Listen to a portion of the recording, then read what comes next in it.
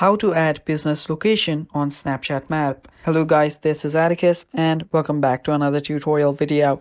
In today's video, I'll teach you guys how you can add a business location on your Snapchat Map. So let us begin. First, open up your Snapchat. After you open your Snapchat, go to your profile that's on the top left. And after you're there, scroll down all the way.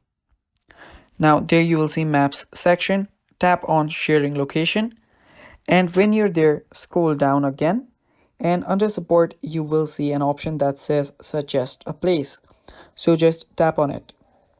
Now after you've tapped on it, you can simply type in the name of the place, and after you've done that, you can tap on add address and you can add the address too. So after you add the address, you can add the attributes, the hours, the website, and the phone number. You can even add the photos and tap on submit. So after you've done that, you have basically added a business location on Snapchat Maps. And that is all for this video. Thanks for watching guys. Stay tuned for more upcoming tutorial videos and bye bye. Take care.